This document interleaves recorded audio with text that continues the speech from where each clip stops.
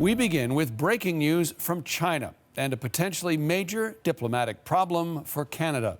A short time ago, China's foreign ministry summoned Ottawa's ambassador, John McCallum, to its offices in Beijing.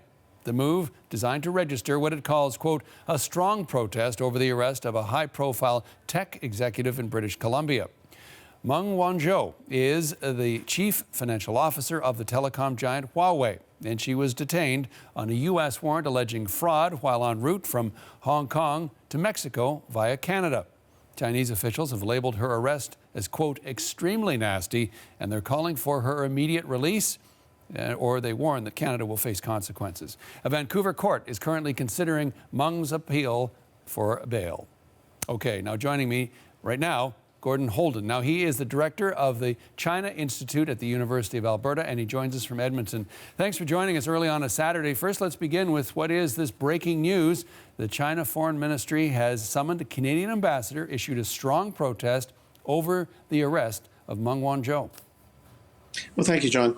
It's not common or frequent nowadays for an ambassador to see the foreign minister one-on-one. So I think by doing so, by bringing forth their top diplomat and summoning our senior diplomat in Beijing, China is underlining how seriously they consider this case.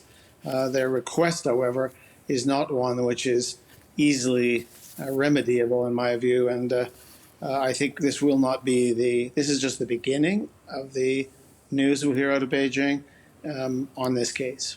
Okay, we mentioned that we are making calls to Global Affairs, and we'll bring you any developments as they become available. But you mentioned the rock and the hard place that Canada is in between. Let's unpack that a bit in terms of their tie to the United States and the pressure they're getting from China. Sure. Well, we have a long-standing set of extradition arrangements with the United States, which operate more or less with little publicity.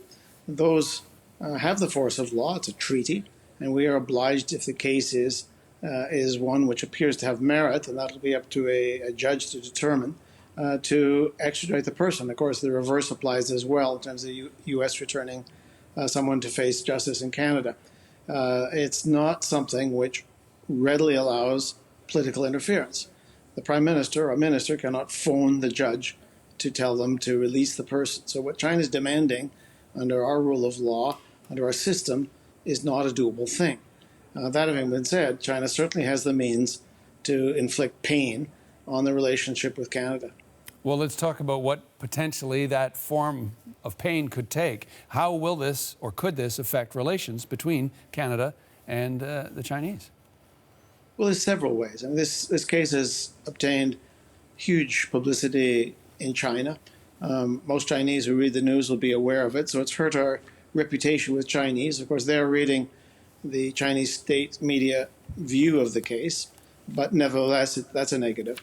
On the state-to-state side, there are many levers. We are keenly, desperately, I might almost say, trying to diversify our trade to be less than 75% dependent on the United States.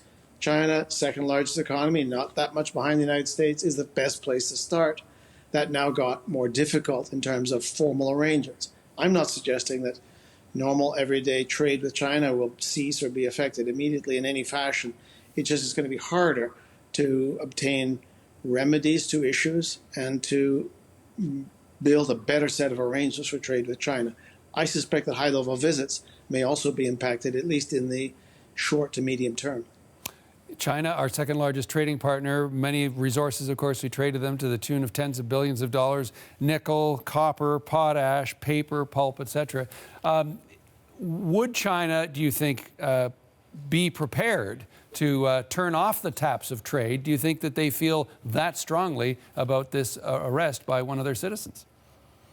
China has pretty broad interests in Canada, in the United States, and elsewhere in trade that actually go far beyond Huawei. This is a high-profile case, made even more high-profile by the fact that this is the daughter of the founder.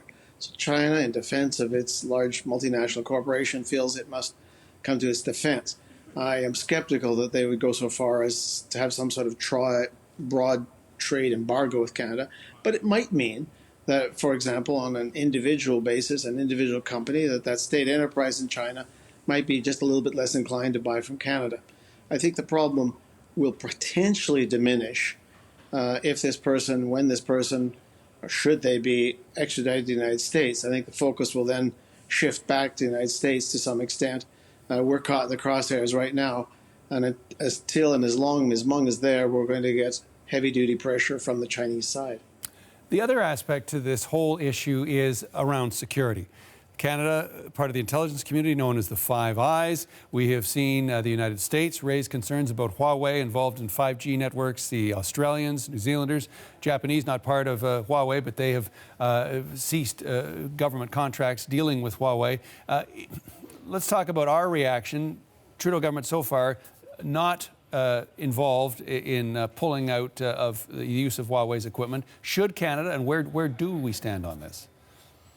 Well, it's a very tricky one. And an additional complication is that we've already had a letter on the record from Senators Rubio and Warner threatening that if we don't, there'll be consequences for our intelligence collaboration with China. So even if we were to determine that we could manage it, there'd be a cost in the U.S. relationship by not, in effect, banning Huawei from 5G.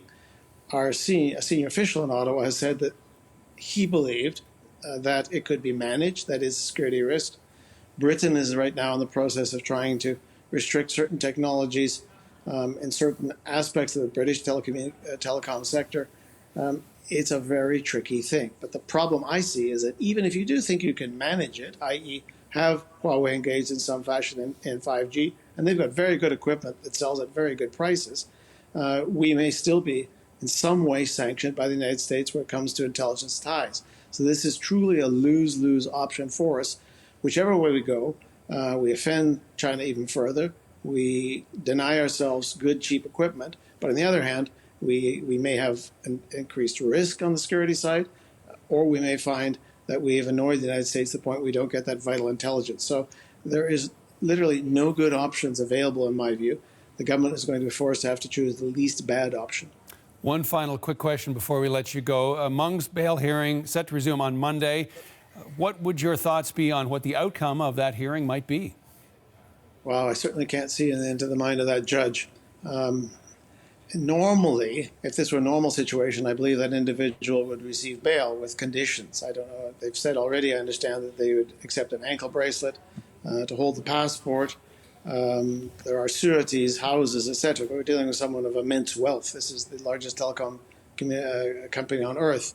It'll be for the judge to determine whether or not they wish to take some risk in proceeding with that bail hearing. If it is granted, I'm sure it'll be fenced with many conditions.